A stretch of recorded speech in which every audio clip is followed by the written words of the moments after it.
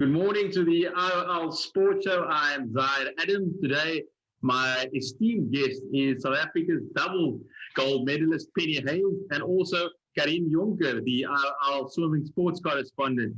It's an Olympic year, and it's great to have you guys on the show. Thank you, Zaahier.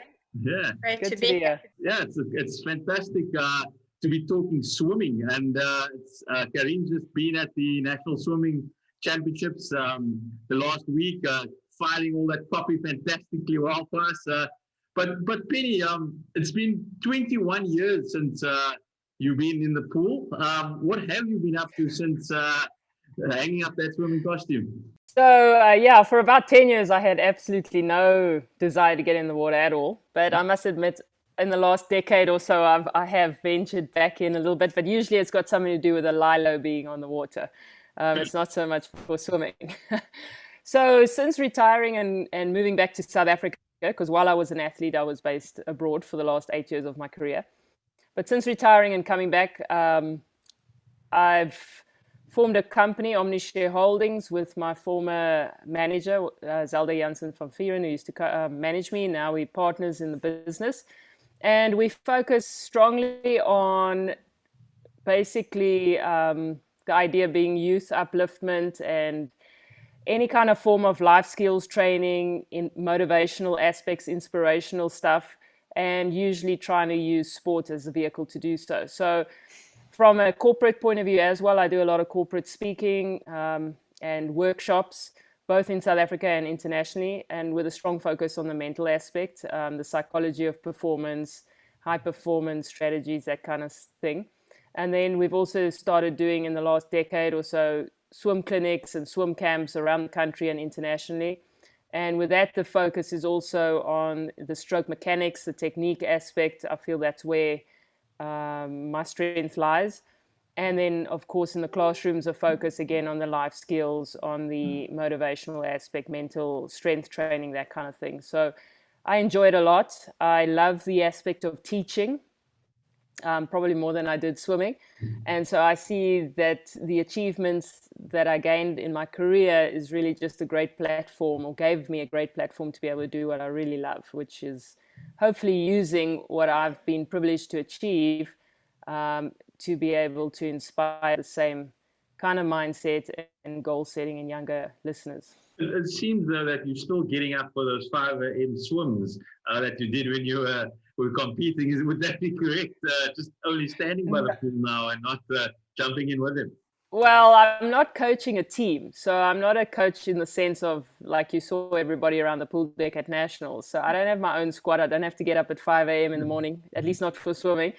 And so basically a lot of the work I do, if it's not the swim clinics, it's the one-on-one coaching, stroke correction, mentoring aspect, and that's done mostly over weekends when I am in South Africa. Okay, that sounds really interesting.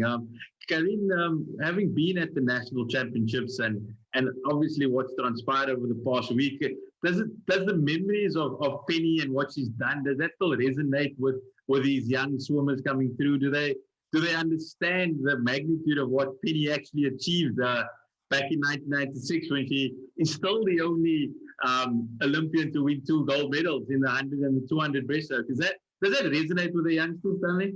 Yeah, I think so. It's Penny showed what can be done in the swimming pool by a South African, and she started a process as well. Since then, we've had a couple more gold medalists. So it definitely, it sets a standard, and it shows them what can be done. I think as South Africans often, in the so-called minor sports, some people can get the idea, we have it so tough, we don't have the facilities, that kind of thing. But when swimmers like Penny or Chad or Cameron or, the relay guys in between show that it is actually possible, that definitely makes a difference and shows, that they can achieve something similar. And that's something that's really close to my heart. I remember, I was at high school when Penny was breaking all those records, and it was just such a glorious time for South African sport.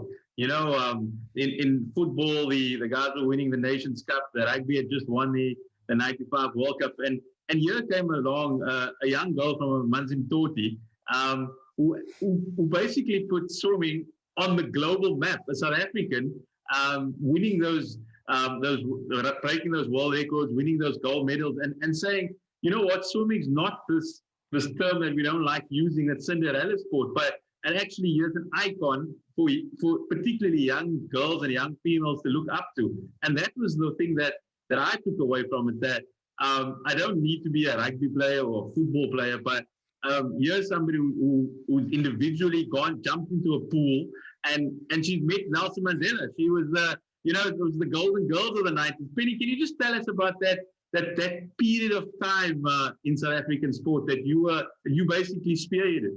I think that I was really, really blessed to be able to be at the peak of my career during those years. Like you say, it was the Nations Cup, it was the World Cup rugby. So South Africa was already on this tremendous high in terms of celebrating our sporting success and the rebirth of us as the new rainbow nation. And of course, having Madiba in the mix just is the cherry on the top.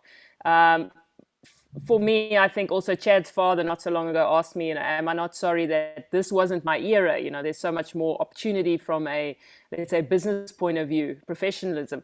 And I said, but, none of them, no matter how much money they make, no matter how well they do, can actually enjoy what myself and a few other athletes did in the late 90s with Nelson Mandela being president. That was really unique and special. And like you say, I had the privilege of meeting him on a couple of occasions. And if I may share with the listeners, one of the most amazing things about him, and I think Baby Jakes and I used to talk about it often, is Madiba really took a personal interest in the achievements of the athletes. He followed it himself. It wasn't like some political aide came and whispered in his ear and said, you better phone someone and say congrats. I remember I was at, I'd had about a year and a half's drop off in my performances after Atlanta, and I was at the SA Nationals 99, and a little bit better in the 200 again. And I was, afterwards speaking to some kids, doing autographs, and Zelda came along and said, I must come to the office. The president wants to speak to me. And I thought, it's the swimming SA president, I'll be there just now. And she said, no, it's Nelson Mandela. We don't know if it's a prank, but he's on the phone. He wants to talk to you. So I went to the office, and obviously it was actually Zelda Lachranti who was on the call. And then she said, just wait for Madiba. I still thought it's a prank. And then he got on the call and he said, well done. He's actually just watched the race on TV, because those years they actually still aired our swimming on TV live. And he said he just watched the 200 breaststroke, and it's really good to see that I'm back on form and getting close to my personal best times. And I mean, most of the people around the swimming pool, I think, didn't even realize it at that stage. So it was amazing.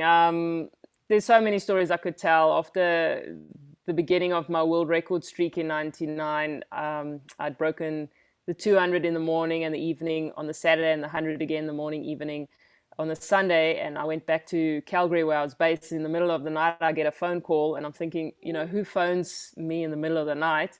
And again, it's Nelson Mandela saying, congratulations. It just happened to be actually the second day was on his birthday, the 18th of July.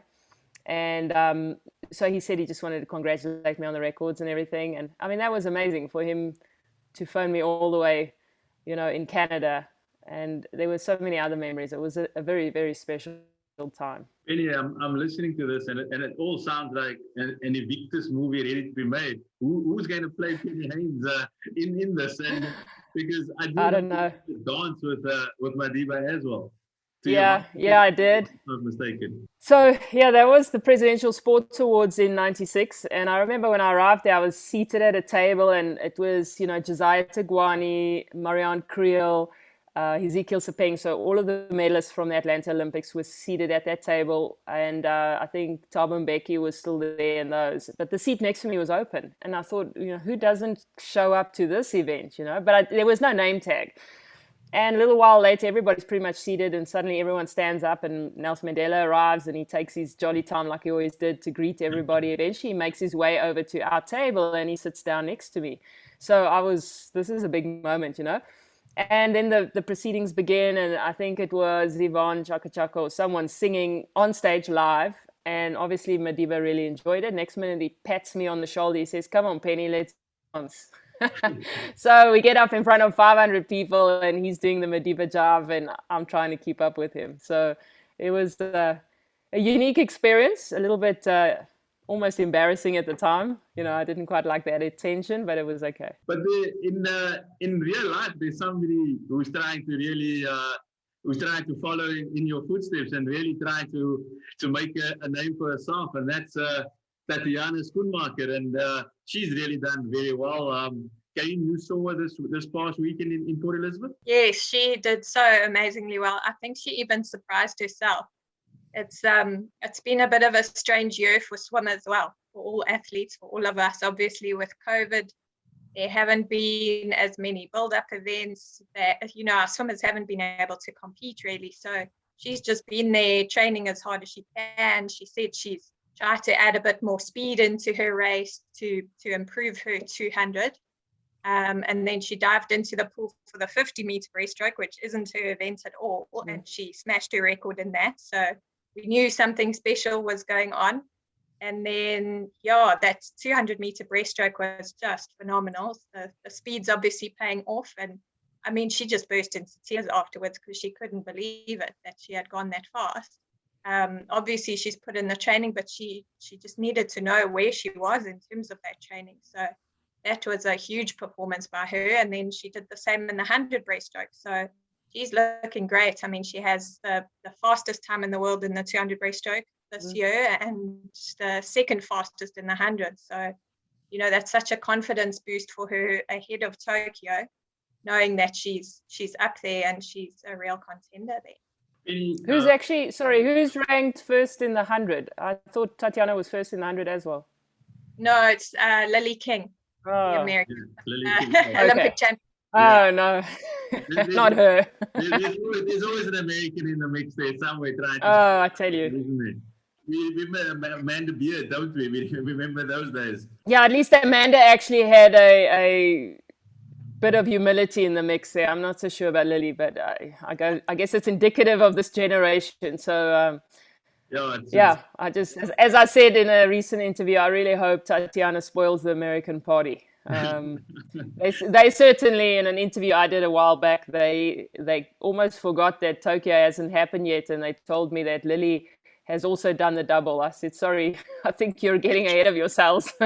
We still have to wait and see, and I don't think she'll be alone in the 200. There'll be some really strong competitions. I agree with Karine. I think Tatjana's swims were amazing this last week, and I'm really pleased to see that she is getting that upfront speed.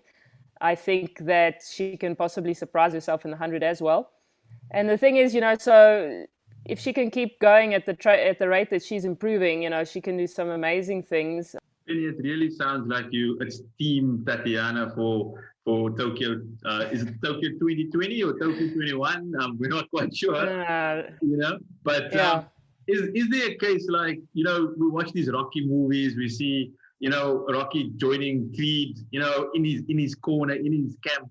Is that a case of you in Tokyo, right next to Tatjana, just basically just from a mental point of view, just as in these are the things to expect? I mean, I remember you saying you landed at Barcelona and you had to go for your first drag test, you had to go for your first gender test, all these, these crazy things that the Olympics throws up. And obviously with COVID there's going to be all sorts of protocols and tests that, that the athletes are going to go through.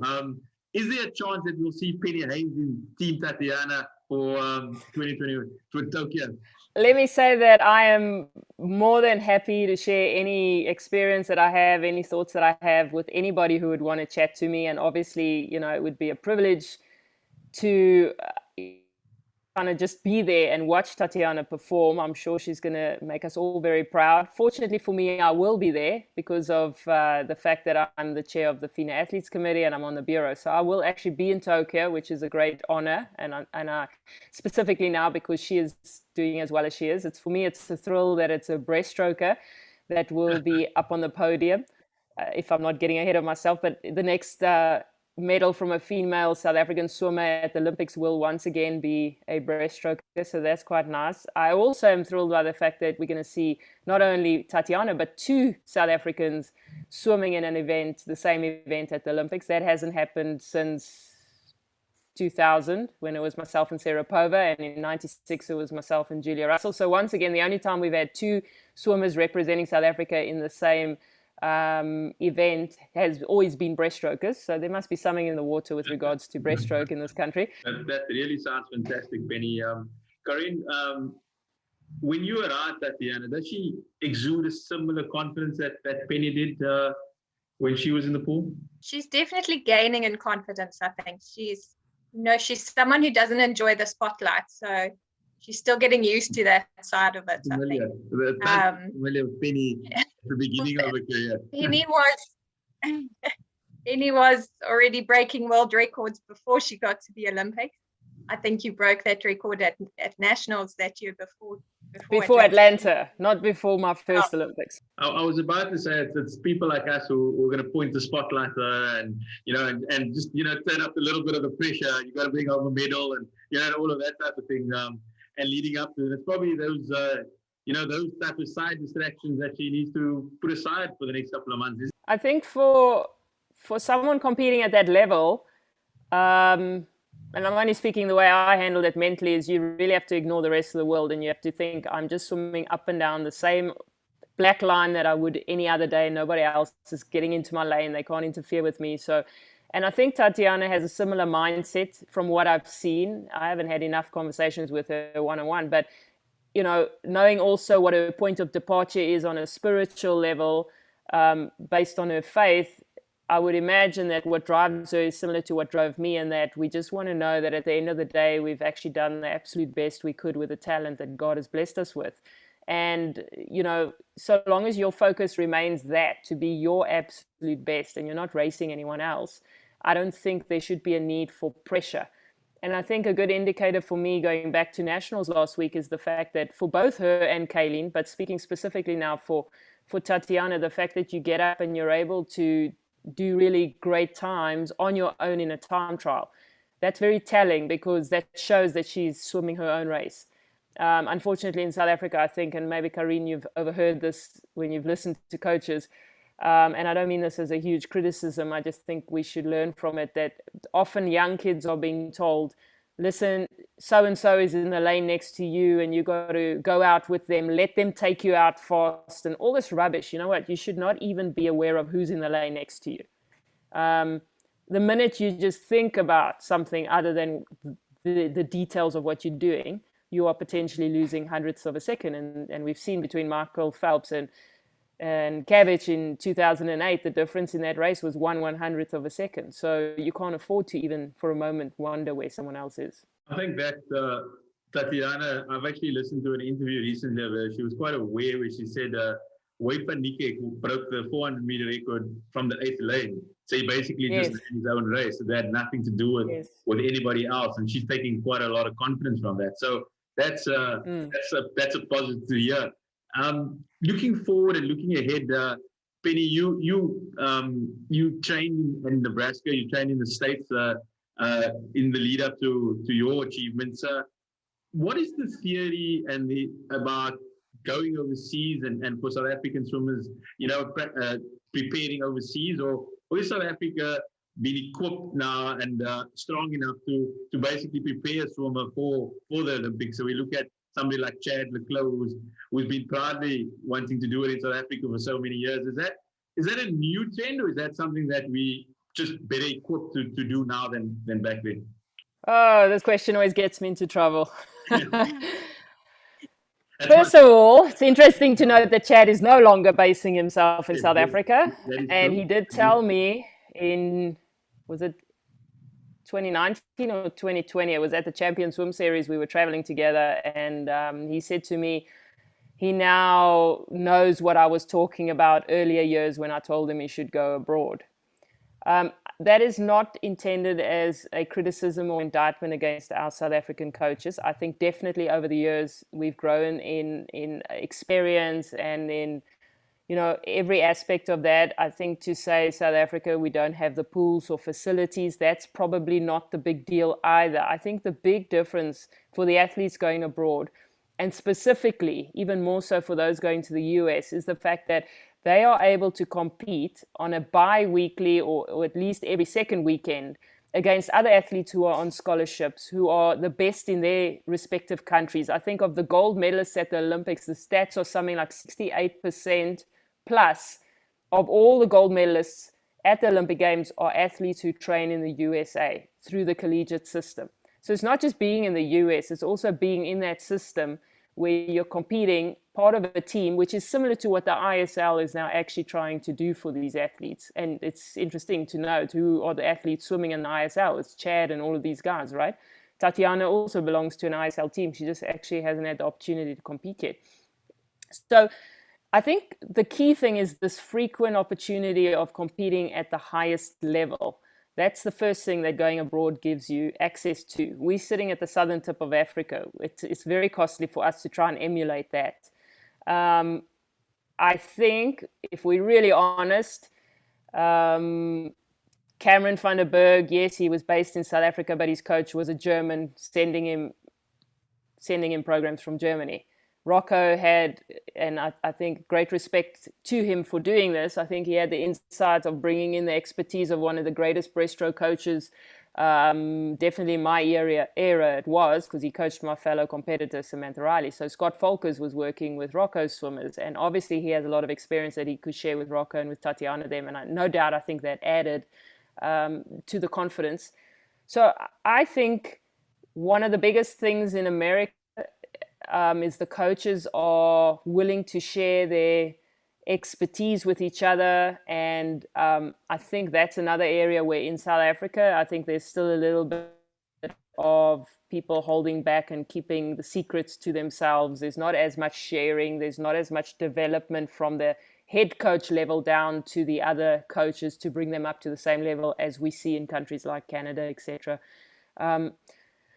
So, yeah, while we have athletes in South Africa performing well from being based in South Africa, that's certainly going to continue encouraging that aspect of it. So I think, ultimately, we need to give the athletes the choice. There are some who will perform much better out of a training base in South Africa where they're close to family and friends. That works for them. And then there are those who need to go abroad, and that's going to cause them to grow more as a person and an athlete. And we shouldn't play one option off of the other, which unfortunately they still do. I think it can be a bit of both. And whether the athletes are based abroad or based in South Africa, they're still swimming under the South African flag, and they should all be treated equally as proudly South African. You saw youngsters like Laura van Niekerk, Ethan Dupree, Matthew Sates last week in the Eastern Cape. How far do you think they still got to go, and where are they at right now? Sure, yeah, there were some very exciting swimmers coming up. That swim with Laura van Niekerk and Tatjana was great, because Tatjana was more worried about her, Laura getting the qualifying time. She didn't even notice she'd broken the South African record herself. So she looked up at the scoreboard to see Laura's time before her own, which is great to see as well, because a lot of the more senior swimmers like Tatjana and Chad are taking these youngsters under their wing. And, Chad's been training with Ethan Dupree and Matt Sates, who are 17-year-olds coming up. Ethan's got an Olympic qualifying time. So I think that's what needs to happen. They get inspired by training with him, and he's also benefiting because he needs some, stronger swimmers, because he's not in the States at the moment, to have those swimmers pushing him. So they're both benefiting from that. Matt just missed out on qualification, but there is a chance to qualify by the end of June. So, yeah, and then the last day of the championships, we saw Peter Coetzee qualifying in the backstroke leg of the medley relay, which was just incredible. It was the last race of the championships, and he got the qualifying time. He's 16. He's enormous, like an amazing talent coming up. So, yeah, I can't believe he's 16. But yeah, so there is, it's exciting, and also seeing the woman coming through. I'm going to come in here, and I'm sure you'll back me on this. And I know Penny is an unbelievably busy woman, between the motivational speakers and speaking and the FINA requirements. But I'm listening to her speak, and I'm hearing how passionate she is about South African swimming. Surely there is a place for her in at ASA, at the very top in South African swimming. Surely there is a place for her to make a difference with the experience that she has and the passion she clearly has for South African swimming. I am currently on the executive as the athlete voice. So I'm co-opted onto it because South Africa has in the past supposedly had an athletes committee, which really didn't exist. So we now finally we have a number of athletes representing every discipline. Basically, is that basically what it represents? So, would that say that again? Basically the players' union, the swimmers' representatives. No, it's not really a players' union. In terms of, it comes down from a FINA perspective, right? So first of all, let's say rather IOC. The IOC has an athletes committee, which is elected by the athletes every 4 years. So I think, for instance, now Bridget Hartley is one of the candidates, which they will vote on in Tokyo. And then, so the world athletes in Tokyo in the village will vote, and they'll put together an athletes committee for the IOC. Then every international federation also has an athletes committee, and I've been involved in FINA's athletes committee since retirement pretty much, and I'm the chair of that athletes committee now for the last term, and the previous 2 terms I was honorary secretary. So because of that, when South Africa has, like I said, on paper had a committee, but nothing ever happened. I was not part of that. And then at the beginning of this term, so I think about 2017, 18, I was asked if I would head up and create a new committee. So we did. And as that, I'm co-opted onto the South African Swimming Executive. But you say, is there a place going forward? I don't know. That's up to people who vote. But I just want the athletes. My vote. I'm just saying. You got my let me just rather set the record straight. There's no ways I want to be in the leadership of that. I do not want, because there's been this silly rumor that since I'm really vocal against some of the decisions that have not happened the way I think, that now I want to be president. I don't want to be president. I merely want to see all of our national federations, talking about all sports, be absolutely 100% athlete-centric, meaning that when the athletes need to get the support, all the decisions should be made in their favor first. They should be given the benefit of the doubt first. And unfortunately, at this point, that is not what's happening. I don't feel like the Federation is athlete-centric on their decision-making necessarily all the time. I think they could be better, but I think that's true for every national federation and SASCOC. And if we look at SASCOC now, I think it's a really good step in the right direction that they, not only is their athletes committee or commission getting stronger every 4 years, but now finally they're also elected. They're not just appointed. So that's a very powerful step also in the right direction. Once again, I'm going to say I come from cricket, and I don't need to say anything what's happening in cricket administration right now regarding not being player-centric. So here you're loud and clear about the support that athletes require across federations. We cannot be a nation that wakes up every 4 years and realizes, we want 20 medals to come home or whatever the amount is, and expect it just to occur without providing them with the support they need. Guys, we're going to wrap up now. It's been a fantastic chat. It's been enlightening. It's been very interesting. And the final thing that I want to ask Penny is that we're heading into the Olympics in Tokyo. It's been a case of whether is it going to happen, is it not going to happen? And COVID-19 has obviously disrupted our lives and changed so many things. Do you see it happening, and do you see it happening in a safe environment where the world can gather as we know the Olympics together? What I can tell you is, again, because of my involvement on FINA, there's a global athlete Zoom call, let's say once a month at least, from the IOC with the leadership of the athlete committees, and the president of the IOC often, or most of the time, he actually addresses us as well. And he has said the Olympics will happen. Definitely. It's just a question of how's it going to happen. And in the past, even, they've really made it very strict. In the past, you would have not only the spectators, the people from the federation would be guests, etc. At this point, it's been slimmed down all the way to it's the absolute skeleton staff that is needed to host the Olympic Games. So even, for instance, the president of the IOC will not be able to take his wife to the Olympics. It'll just be him. It'll be the staff that's required to work. It'll be, in terms of the national federations, only the technical committee people, the coaches, medical committees, the bureau, or let's say those who would be working on appeals, if there are any judicial appeals during the competitions, that kind of stuff. So my understanding also is that all of us who will be there from an administrative official perspective will be housed in a bubble, so to speak. You'll go from the hotel to the event and back to the hotel, similar to what they did now, I think, down in at the Nationals. And then, of course, the athletes are all in the village. So it's not going to be a traditional Olympic Games. There won't be spectators other than those who are involved in actually putting the Olympics on. And the athletes will not be able to compete for the first week, and then when they essentially on holiday afterwards go and do some sightseeing. There'll be nothing like that. I don't think we'll even see much of Japan. I think it's just going to be from the airport to the hotel, to the venue, back to the hotel, and that's it. It's really disappointing because we know what the Olympics means, the camaraderie, just the nations coming together, and but at least it will be happening. But the athletes will still have that. Okay. So in many ways, for the athletes, other than not seeing the face, other than not seeing the faces in the stadium, or the spectators, the rest will be the same for the athletes, because essentially you are always going from the village to your venue, at least until you're done with your competition. Thereafter, that's when they kind of go out and get to enjoy everything else that's around the Olympic Games. But for the athletes, from a competitive point of view and preparation pre-events, it'll be pretty much what it always has been. Karen, we know Penny's going to be there. Will you be in Tokyo? Is there any chance that you'll be there?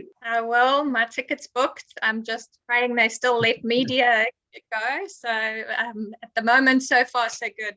It'll be my 5th Olympics. So really looking forward to it. Oh, wow. Fantastic. Yeah, I think that's more than I've been to. Oh, not possible.